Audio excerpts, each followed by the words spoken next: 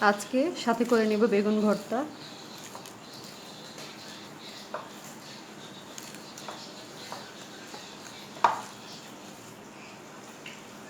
আমি এভাবে মরিচ ভেজে রেখে দেই, যখন ভর্তা বা শাকভাজি খাওয়ার জন্য দরকার হয় তখন এভাবে এখান থেকে তুলে নিয়ে যখন তখন খেতে পারি। এটা দেওয়ার পর এখন আমি বেগুনটা দিয়ে দিব।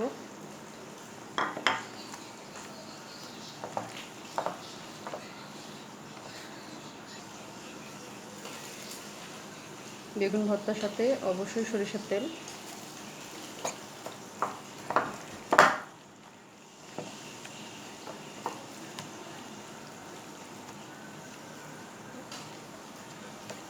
এই তো ভর্তাটা হয়ে গেছে।